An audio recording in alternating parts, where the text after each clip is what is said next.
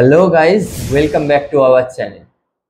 আচ্ছা, একটা কথা বলুন তো, একই স্ট্র্যাটেজি তো অনেক মানুষ ইউজ করেন, তা সত্ত্বেও কেন সকলে প্রফিট করতে পারেন না? কেন কিছু মানুষ প্রফিট করেন এবং কিছু মানুষ লস? কারণটা কিন্তু স্ট্র্যাটেজি নয়। প্রফিট ডিপেন্ড করে আপনার মাইন্ডসেট, আপনার ডিসিপ্লিন এবং আপনার টাইমিং এর ওপর। যখন একজন ট্রেডার কোনো স্ট্র্যাটেজি ইউজ করেন, সেটা কিন্তু কেবলমাত্র তার জন্য একটা রোড ম্যাপ হয়। কিন্তু একজন ট্রেডার ওই রোড ম্যাপটা ফলো করেন পেশেন্সের সাথে, আরেকজন এক্সাইটমেন্ট ভয়ের সাথে মাঝপথে এক্সিট করে যান।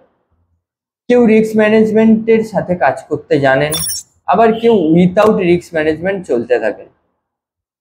সাকসেসফুল ট্রেডাররা কিন্তু কেবলমাত্র স্ট্র্যাটেজি ইউজ করেন না, তারা জানেন কখন স্টার্ট করতে হয় এবং কখন স্টপ করতে হয়। তাই কেবলমাত্র স্ট্র্যাটেজি নয়, নিজের পেশেন্স, নিজের ডিসিপ্লিনের ওপর ডিপেন্ড করবে আপনার স্ট্র্যাটেজি। তাই নিজের পেশেন্স, নিজের ডিসিপ্লিনকে স্ট্রং করে, নিজের মাইন্ডসেটকে যদি আপনি স্ট্রং করতে পারেন, তবে কিন্তু আপনার স্ট্র্যাটেজিও সাকসেসফুল স্ট্র্যাটেজি হবে এবং আপনিও একজন সাকসেসফুল প্রফিটেবল ট্রেডার হতে পারবেন। Good bye.